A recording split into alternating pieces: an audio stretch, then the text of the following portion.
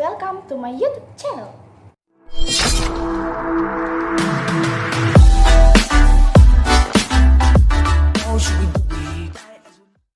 Alright, kali ini pembahasannya tentang sejarah perkembangan kurikulum di Indonesia. But before that, don't forget to like, comment, and subscribe.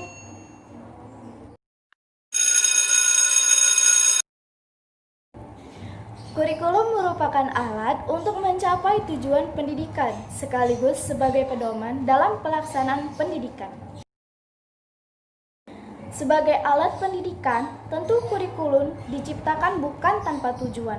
Tujuan utama kurikulum adalah untuk mempersiapkan peserta didik agar dapat menjadi pribadi serta warga negara yang kreatif, inovatif, beriman, dan juga afektif ketika dia berada pada lingkungan masyarakat. Sejarah kurikulum pendidikan di Indonesia kerap berubah setiap ada pergantian Menteri Pendidikan, sehingga mutu pendidikan Indonesia hingga kini belum memenuhi standar mutu yang jelas dan mantap. Kurikulum yang pertama adalah kurikulum 1947. Awal kurikulum terbentuk pada tahun 1947 yang diberi nama Rencana Pembelajaran 1947. Kurikulum ini pada saat itu meneruskan kurikulum yang sudah digunakan oleh Belanda karena pada saat itu masih dalam proses perjuangan merebut kemerdekaan. Yang menjadi ciri utama kurikulum ini adalah lebih menekankan pada pembentukan karakter manusia yang berdaulat dan sejajar dengan bangsa lain. Kurikulum pertama yang lahir pada masa kemerdekaan ini memakai istilah Leerplan, dalam bahasa Belanda artinya rencana pelajaran, dan lebih populer ketimbang kurikulum dalam bahasa Inggris. Selanjutnya kurikulum 1952. Kurikulum ini lebih merinci setiap mata pelajaran yang disebut Rencana Pelajaran Terurai 1952. Yang menjadi ciri dalam kurikulum ini adalah setiap pelajaran harus memperhatikan isi pelajaran yang dihubungkan dengan kehidupan sehari-hari.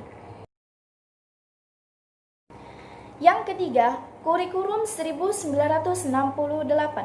Dari segi tujuan pendidikan, kurikulum 1968 bertujuan bahwa pendidikan ditekankan pada upaya untuk membentuk manusia Pancasila sejati, kuat dan sehat jasmani, mempertinggi kecerdasan dan keterampilan jasmani, moral, budi pekerti, dan keyakinan beragama.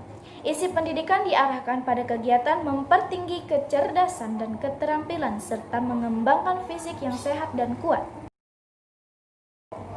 Yang keempat, kurikulum 1975. Kurikulum ini menekankan pada tujuan agar pendidikan lebih efisien dan efektif. Namun, kurikulum 1975 ini banyak dikritik karena guru sibuk menulis rincian apa yang akan dicapai dari setiap kegiatan pembelajaran. Yang kelima, kurikulum 1984. Kurikulum ini mengusung proses skill approach. Meski mengutamakan pendekatan proses, tapi faktor tujuan tetap penting. Posisi siswa ditempatkan sebagai subjek belajar dari mengamati sesuatu, mengelompokkan, mendiskusikan, hingga melaporkan.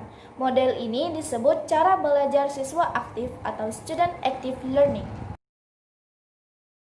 Selanjutnya adalah kurikulum 1994.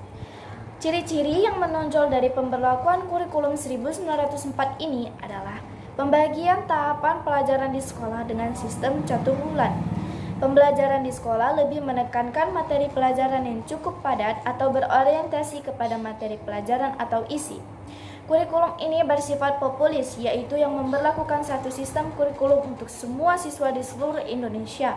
Kurikulum ini bersifat kurikulum inti sehingga daerah yang khusus dapat mengembangkan pengajaran sendiri disesuaikan dengan lingkungan dan kebutuhan masyarakat sekitar.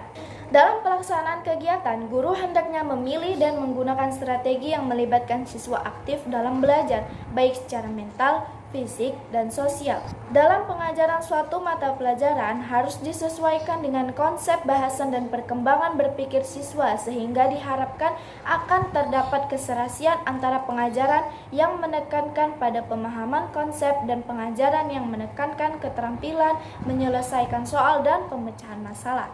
Pengulangan-pengulangan materi yang dianggap sulit perlu dilakukan untuk pemantapan pemahaman. Selama dilaksanakannya kurikulum 1994 muncul beberapa permasalahan karena dinilai memberatkan siswa. Beban belajar siswa terlalu berat karena banyaknya mata pelajaran dan banyaknya materi atau substansi setiap mata pelajaran. Materi pelajaran dianggap terlalu sukar karena kurang relevan dengan tingkat perkembangan berpikir siswa dan kurang bermakna karena kurang terkait dengan aplikasi kehidupan sehari-hari. Selanjutnya, kurikulum 2004. Setiap pelajaran diurai berdasar kompetensi apakah yang mesti dicapai siswa. Sayangnya, kerancuan muncul bila dikaitkan dengan alat ukur kompetensi siswa, yakni ujian. Ujian akhir sekolah maupun nasional masih berupa soal pilihan ganda. Bila target kompetensi yang ingin dicapai, evaluasinya tentu lebih banyak pada praktek atau soal uraian yang mampu mengukur sebesar apa pemahaman dan kompetensi siswa. Kurikulum 2006. Kurikulum atau KTSP 2006 ini merupakan kurikulum yang memberikan otonomi kepada sekolah untuk menyelenggarakan pendidikan yang puncaknya tugas itu diemban oleh masing-masing pengampu mata pelajaran, yaitu guru. Kekurangan KTSP 2006 ini adalah kurangnya sumber manusia yang potensial dalam menjabarkan KTSP, dengan kata lain masih rendahnya kualitas seorang guru. Dalam KTSP, seorang guru dituntut untuk lebih kreatif dalam menjalankan pendidikan. Kemudian, ada kurangnya sarana dan prasarana yang dimiliki oleh sekolah.